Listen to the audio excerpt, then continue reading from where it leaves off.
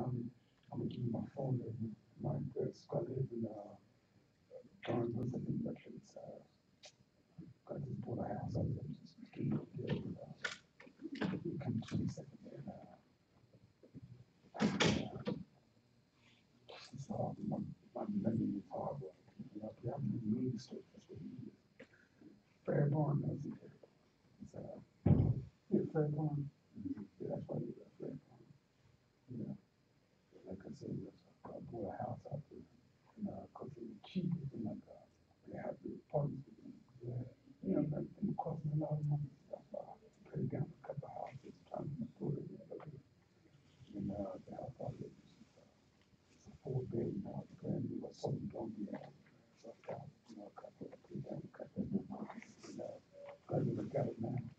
I think like I know the mortgage is going to happen for 6 months. They got it more than $200. So like I said before, they paid like 200.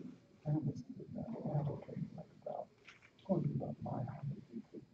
We got land around the big back blocks. Yeah. So, you know, that's why I hard one. Yeah. Like I said, I'm still getting the place together, man. Like I said, man, like I said, I'm trying to get high this year. How about you?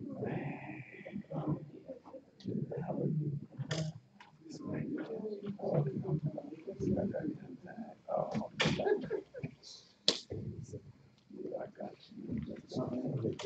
I'm trying to get myself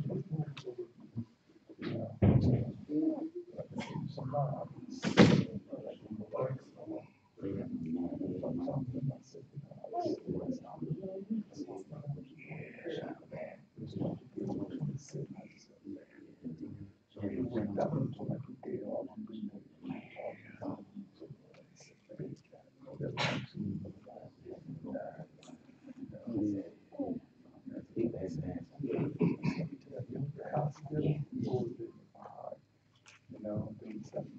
My nephew, professor, you know, and he said he got no job over there. It's political science.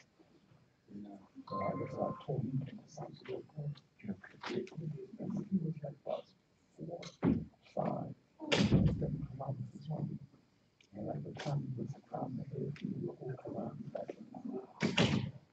So that's why he that man. But Philadelphia, man, like people Philadelphia, you know, something like it.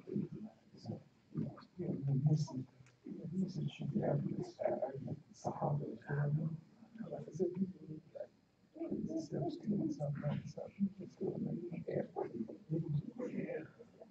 I said, most of it gets my heart, man. It gets my heart. That's why he was up there and his whole family. Chicago, Professor lived in the first place. He had children die. You see him like you see 2 sisters came back to America. I like that he got to back one thing.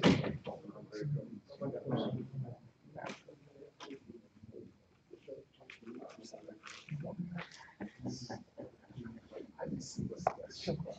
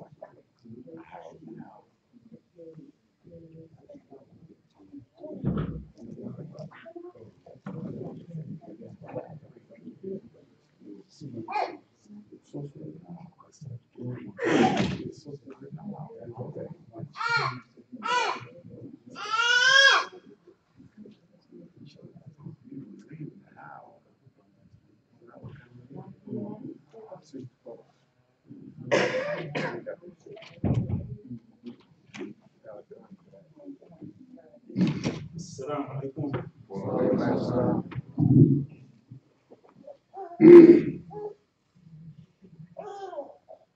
الله أكبر الله أكبر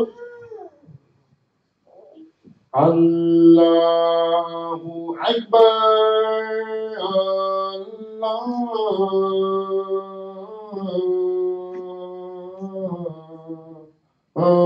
الله أكبر أشهد أن لا إله إلا الله أشهد أن لا إله إلا الله أشهد أن محمدا رسول الله أشهد أن محمدا رسول الله حي على الصلاة حي على الصلاة حي على الفلاح حي على الفلاح الله أكبر الله أكبر لا إله إلا الله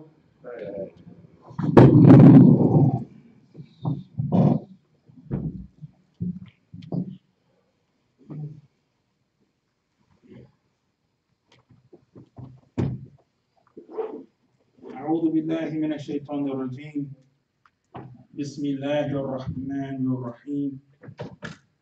الحمد لله ثم الحمد لله الذي خلق الإنسان في أحسن تقويم وبعث النبيين مبشرين ومنذرين وأنزل معهم الكتاب بالحق ليرشد الناس إلى سبيل الهدى ويخرجهم من الظلمات إلى النور وأشهد أن لا إله إلا الله وحده لا شريك له وأشهد أن سيدنا محمدا عبده ورسوله الذي بعث في الأميين رسولا منهم يتلو عليهم آياته ويزكيهم ويعلمهم الكتاب والحكمة وإن كانوا من قبل لفي ضلال مبين.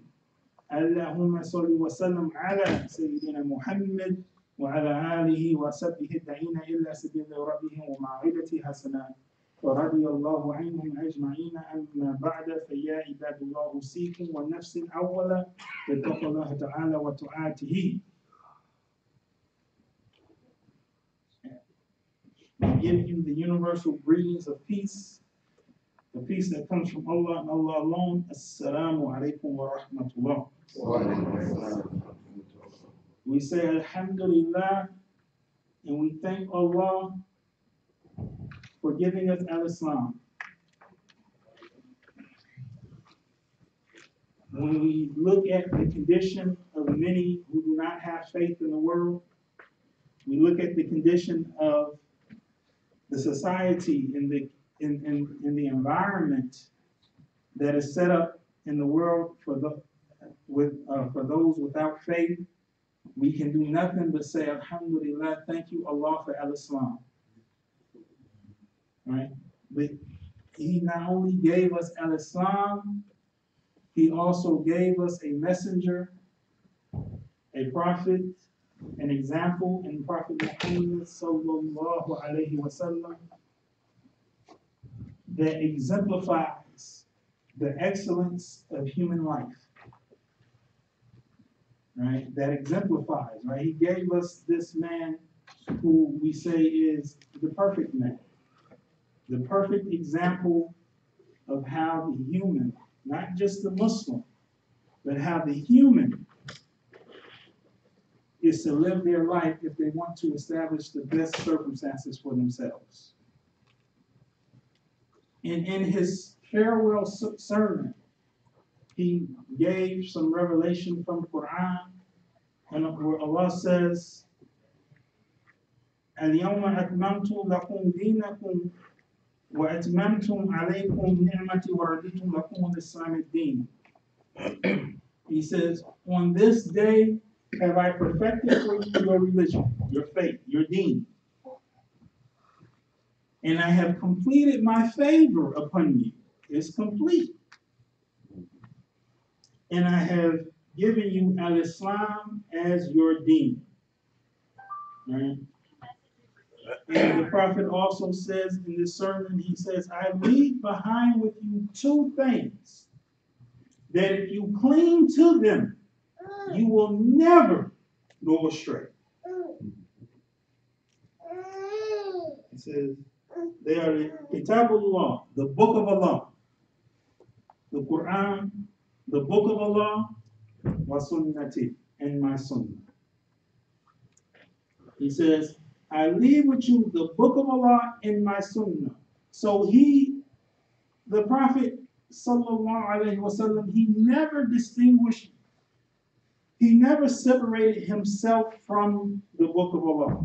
If you study his life, right? If you study his life, once he received prophethood, so much so to say that when you receive a hadith from him, you are to read the book of Allah and consider its meaning. Right? He said, if you receive a hadith from him and it does not agree with the book of Allah, then he says, then know that I did not say it. But if it does agree with the book of Allah, then know that I said it. Right? So he constantly established that hierarchy, right? Right? Atiqullah wa atiqu Rasul, right? Obey Allah, then obey the messenger. Right? We can't. So he constantly established that hierarchy. So he pointed us, okay, so I leave with you the book of Allah in my sunnah. And when we go to the book of Allah, we find the first sunnah where it says, Sunnatullahi allati qad khalaq min qablu walan tajida li sunnatillahi tabdil. He says, such will you find in the sunnah of Allah, right? We always hear sunnah, right? When we hear sunnah, we talk about sunnah of Muhammad all the time, right? But coincidentally, nowhere in the Quran do you find it mentioned sunnah of Muhammad, right? But here in the Quran, it says, such will you find in the sunnah of Allah. So Allah has a sunnah. He has a way. He says, such will you find in the sunnah of Allah that which was before, right, in the past, and no change will you find in Allah's sunnah. Right? So what it's pointing us to, that in the way of Allah, you will not find change. From the beginning of time to the end of time, his way is consistent. Right? He says, Sabbih isma rabbika al-a'la, alladhi khalaqa fasawwa, walladhi qaddara fahada. Right? Glorify your guardian Lord, right? Your evolver, right? The Most High. He has created due proportion, equality, and he has ordained laws and guidance. Right? So there are natural laws in the society that Allah has given. And those laws have been the same from the beginning of time. Right? On my home, I just had the gutters replaced. And when I looked at them after they finished, I noticed that the gutters they weren't flush. Right? They were a little slanted. And I asked, okay, why is that? I asked them, why is that? And they told me, well, that gives room for the water to flow down out of the gutters. Because if we leave it flat, the water will just sit there. Right? Because there's a law in society. One thing, there's a law of how water reacts, right, to the situation that it's given. Right? And it will come together and it will cling together. and it'll sit there. But then when you add the gravitational law that's in the society, that law pulls things down. Right? So just like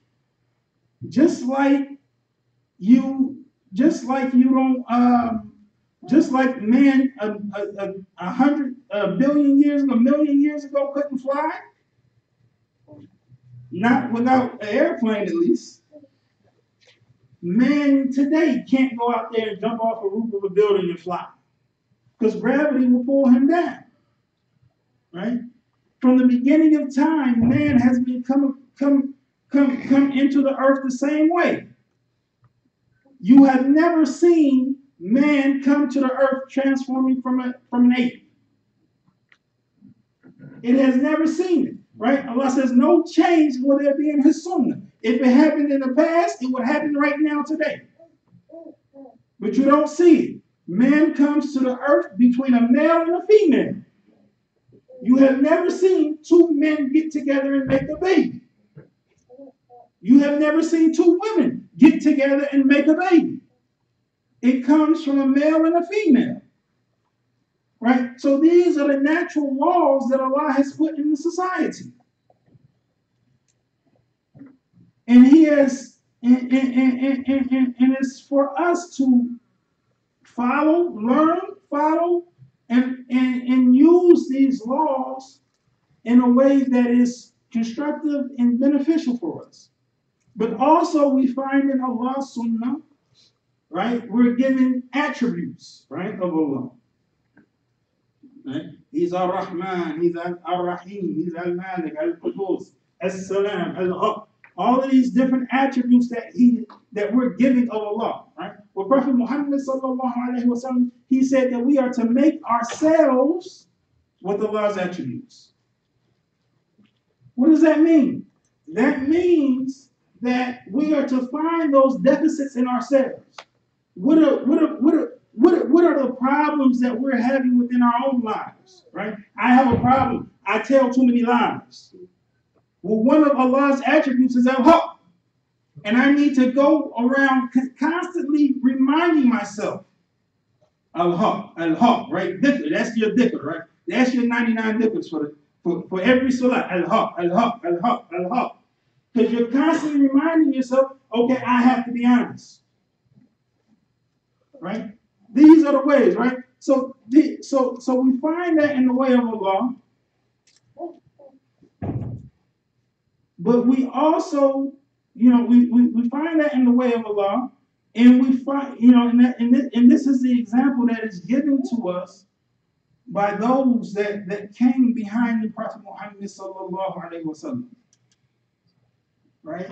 Even when they name things, right? You have, right? They say mathematics is the language in which the entire universe is written. Right? They say mathematics is the language in which the entire universe is written. Right? And it's well known. They say, okay, well, algebra was discovered by a famous mathematician. A famous Muslim mathematician. Right? And he gave it the name of one of Allah's attributes. Algebra comes from al-jabal. Right? The one who restores. If you study algebra, it's all about restoring balance. Right? Because in Allah's creation, He gave balance. Right? In everything, in the best state to be in is a state of balance. And so they say the common rule in the algebraic equation, the most popular rule, what you do to one side, you do to the other, to restore the balance. Right? So this is, so we have the Sunnah of Allah, and we also have the Sunnah of Muhammad. Because we cannot come full in our faith, in this faith. We cannot complete our faith without following the example of the footsteps of Muhammad. Right? It's reported, it said 3 men came to the houses of the wives of the Prophet and asked how his worship was. And when they were informed, they considered their own worship to be, they considered their own worship to be insignificant and said, where are we as in comparison to the prophet when Allah has forgiven his past sins and his future sins?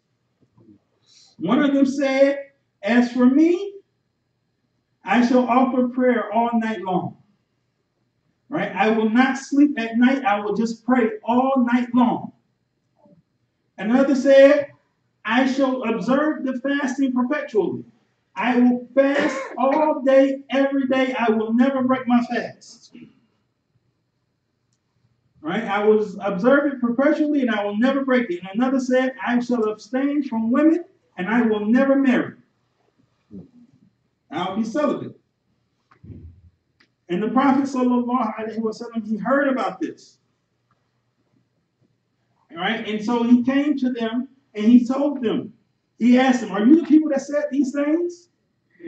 He said, "I swear by Allah that I fear Allah more than you do, and I am most obedient and dutiful among you to him, and dutiful among you to him. But still, I observe fasting sometimes and I break it at others." He said, "I perform the optional prayer at night sometimes and I sleep during the night." And he said, "And I also marry. So whoever turns away from my sunnah is not from me."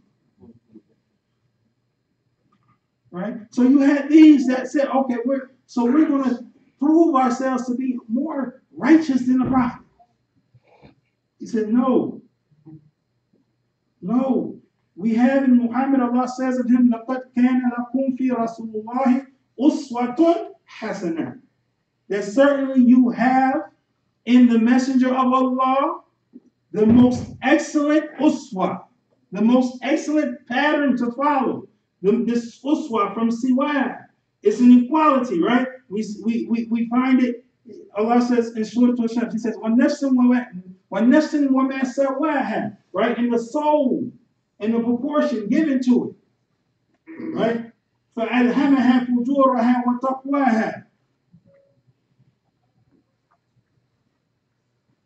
قَدْ أَفْلَحَ مَنْ زَكَّاهَا وَقَدْ خَابَ مَنْ دَسَّاهَا, right? In the soul and proportion given to it, and its ability to distinguish between what is right and what is wrong, right? And those who are successful are the ones that purify it, and those who fail are the ones who corrupt it, right? This sawab, the proportion given to the soul. We in Surah Al-Ala, the verses I recited earlier, we said, "Sabbih isma rabbika al-a'la alladhi khalaqa fasawwa," right? So he has created this sawa, right? This is what Allah calls us to, right? He says, "Adantukum ala sawa," right? So this equilibrium, this balance, it's a balance that Allah calls us to. And he says that you will find the most excellent balance in Muhammad the Prophet sallallahu alayhi wa sallam. Walhamdulillahi rabbil alameen.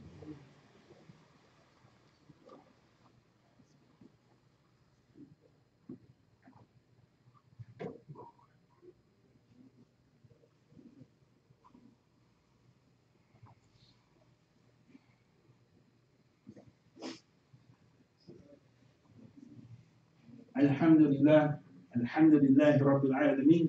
والصلاة والسلام على خير المرسلين محمد صلى الله عليه وسلم وعلى آله وصحبه أجمعين أما بعد. So the Prophet pointed these are just 3 examples that the Prophet pointed out. Right? He said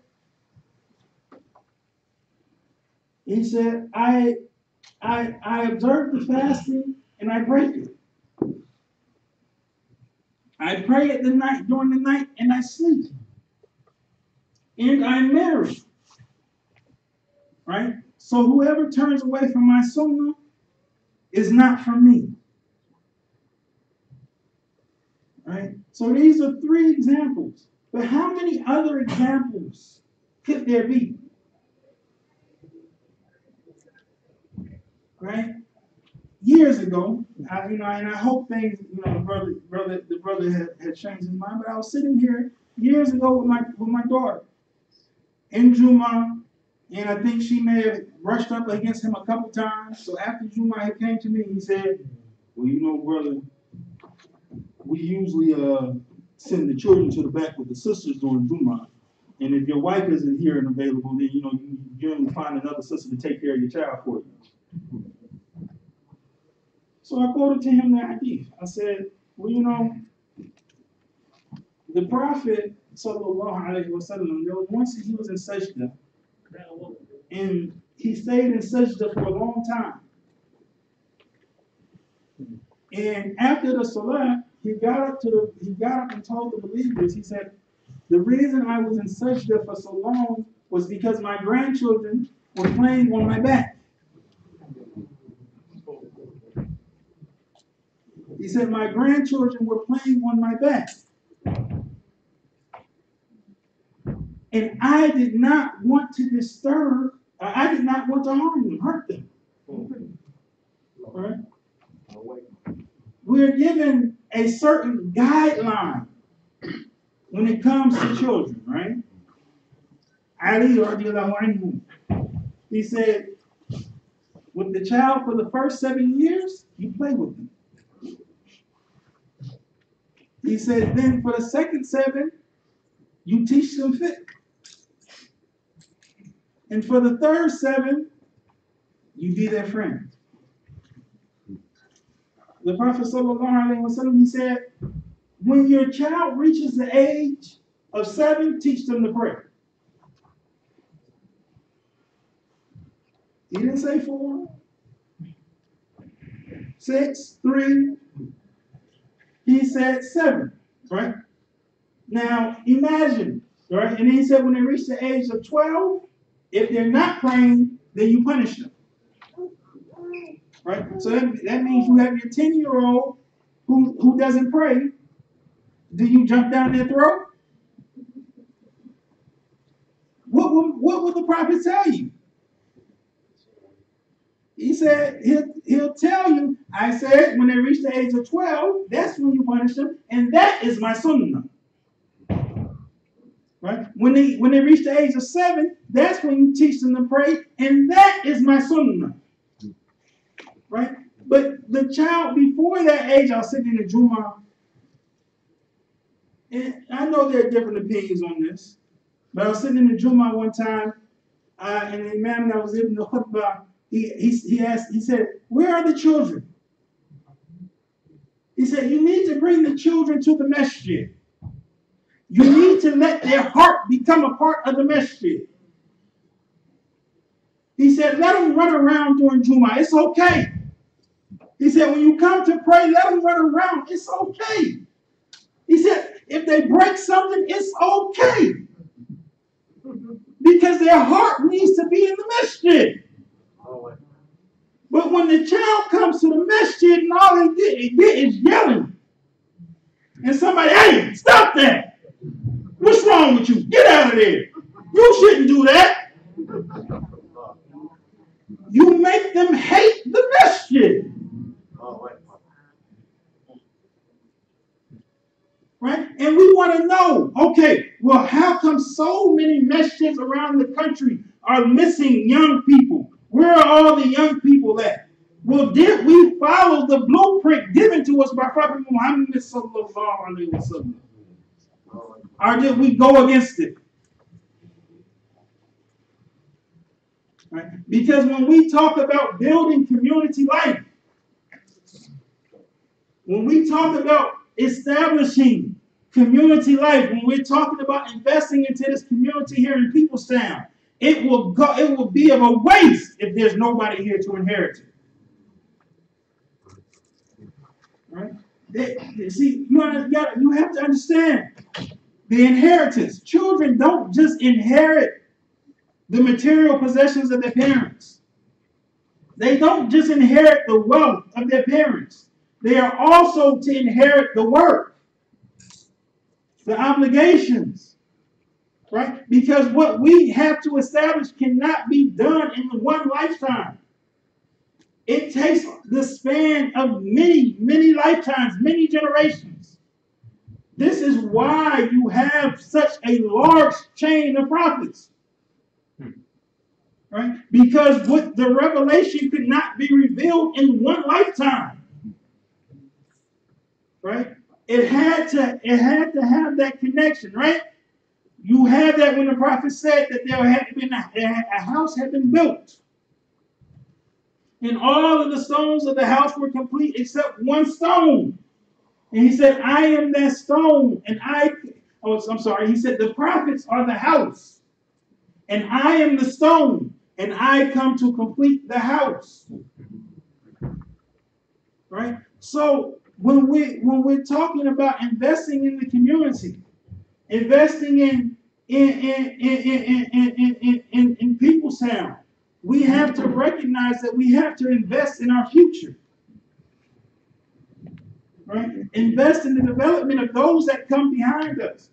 Because we may build a building here on the corner and a building across the street, but if the fulfillment of what we're trying to do will go behind the lives of many of the people that are in here. Right? But that's what the shaitan knows. That's why Pharaoh killed the boys. That's why Pharaoh killed the boys.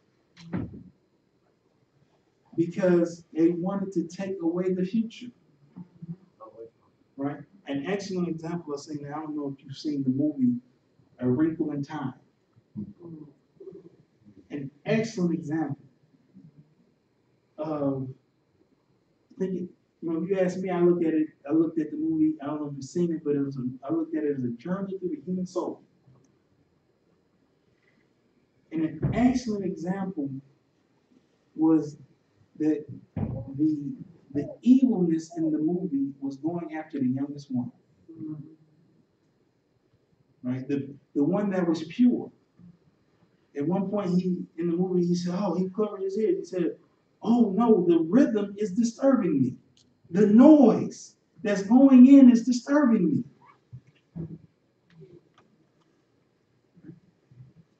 But the goal, the model that we're given to by our Prophet Muhammad sallallahu alaihi wasallam is in the development of community life. It is the way that Allah sent him on his mission, just like he sent prophets before. Another prime example, if you look at Mecca and Medina, these are prime examples of cities that were to be established by the prophets. Right? If you look at the society, if you study the story of Ibrahim alayhi salatu wasalam, right, and Ismail, they developed the society by, they went and he said they raised the foundation of the house, right? And they built the masjid there, and the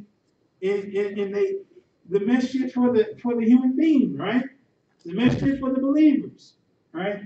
I know oftentimes you hear they say, the Kaaba, the house of God. Kaaba is not the house of God. It's the house of the believers. A house is something that houses you, right? That contains you, that holds you, someplace you sleep. Does Allah sleep? The house is someplace where you can go and relax and you can take off your worldly possessions.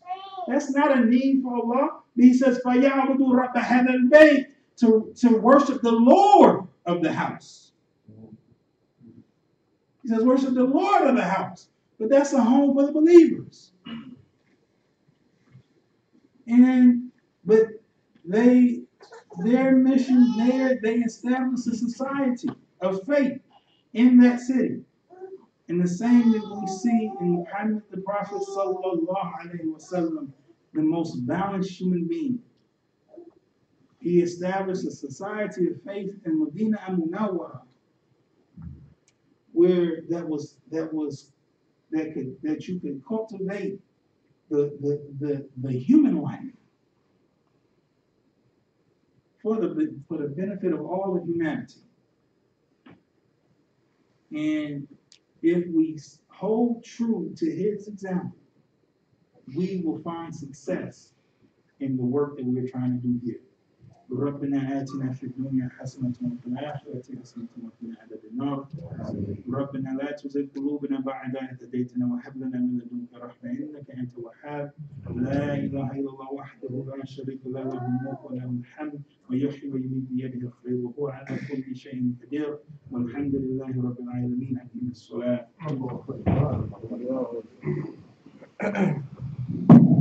الله أكبر الله أكبر. أشهد أن لا إله إلا الله. أشهد أن محمدا رسول الله. حي على الصلاة حي على الفلاح. قد قامت الصلاة قد قامت الصلاة. الله أكبر الله أكبر. لا إله إلا الله. استووا واعتدلوا.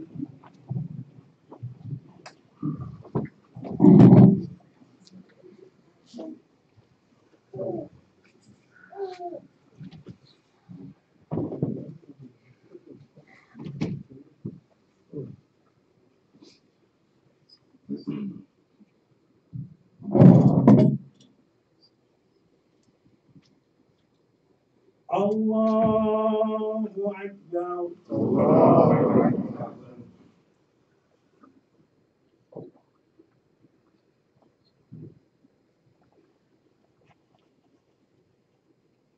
بسم الله الرحمن الرحيم. الحمد لله رب العالمين الرحمن الرحيم مالك يوم الدين. إياك نعبد وإياك نستعين.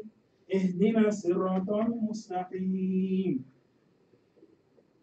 صراط الذين أنعمت عليهم غير المغضوب عليهم ولا الضالين.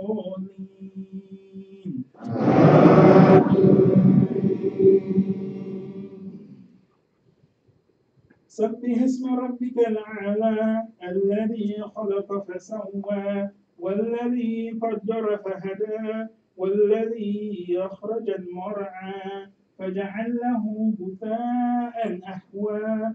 سنقرئك فلا تنسى إلا ما شاء الله إنه يعلم الجهر وما يخفى. ونيسرك لليسرى فذكر إن نفعت الذكرى. سيذكر من يخشى ويتجنبها الأشقى الذي يصلى النار الكبرى ثم لا يموت فيها ولا يحيا. قد أفلح من تزكى وذكر اسم ربه فصلى. بل تؤثرون حياة الدنيا والآخرة خير وأبقى. إن هذا لفي الصحف الأولى صحف إبراهيم وموسى. الله أكبر.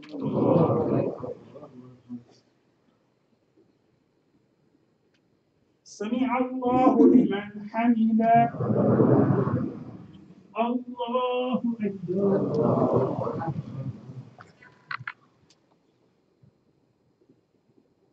الله أكبر. الله أكبر.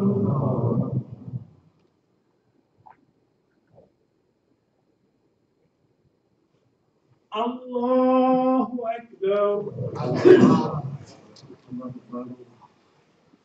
بسم الله الرحمن الرحيم. الحمد لله رب العالمين الرحمن الرحيم مالك يوم الدين. إياك نعبد وإياك نستعين. اهدنا الصراط المستقيم صراط الذين أنعمت عليهم غير المغضوب عليهم ولا الضالين.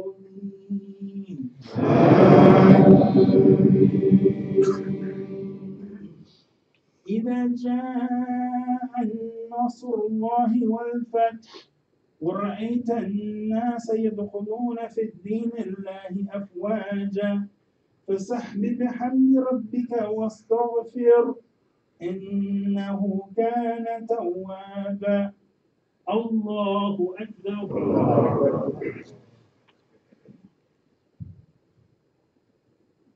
سمع الله لمن حمده. الله أكبر. Allahu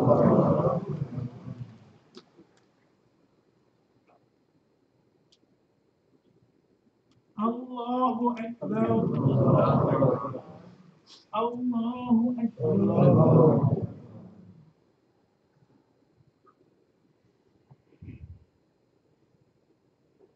Allahu Akbar.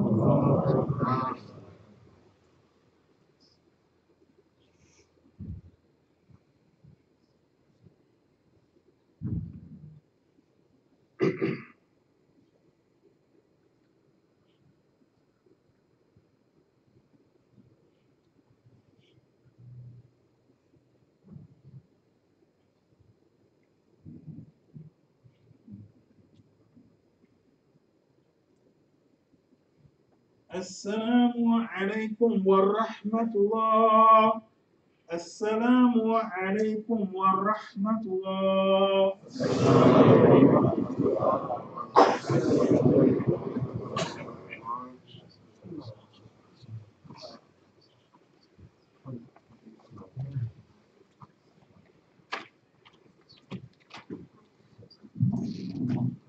Assalamu alaikum.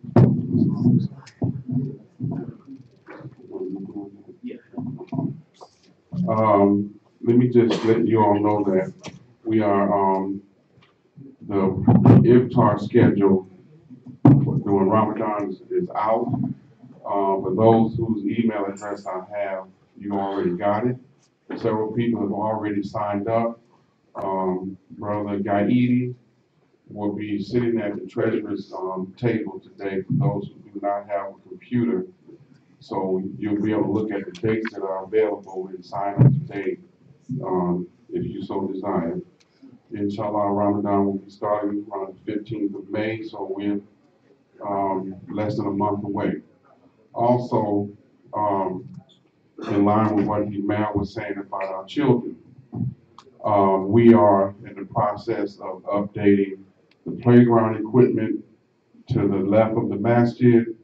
Right now, we need a brother with a pickup truck that we can load this in. We found one of the play devices that we want to purchase tomorrow, but we need a brother with a pickup truck that can help pick it up and bring it to the masjid. So see me afterwards. And we also need volunteers because we need to go over there and clean it up, get rid of a lot of that stuff over there. We try to get this done before Ramadan so children can have an area that they can play in while we're observing our iftar at night. So please help us with that situation. Brothers and sisters, on next Sunday, the first United Sunday will be in Savannah. Um, That's at Masjid Jihad, 117 East 34th Street. And Imam Dawood is the contact person for that. I've had people ask me when we're going to get a bus to take us down. I don't know anything about that. Imam Dawood is the one that's handling that situation. So please see him for that information. We have a pioneer appreciation celebrating, commemorating our pioneers. This will take place, I think it's the weekend after Ramadan is over. It will be at the Halim Mills Center on John Wesley Dobbs on the 23rd from 6:30 to 10. The price of tickets is $40. The applications for those who qualify to be seniors, I believe, where's Najee is working on printing out copies of that. So you can have that information. You need to fill it out and have it back to us. I think June 3rd is the deadline, so we get the certificates printed out. This coming Sunday is the United Benefit Dinner, and this is the annual event for those Muslim organizations that serve the community.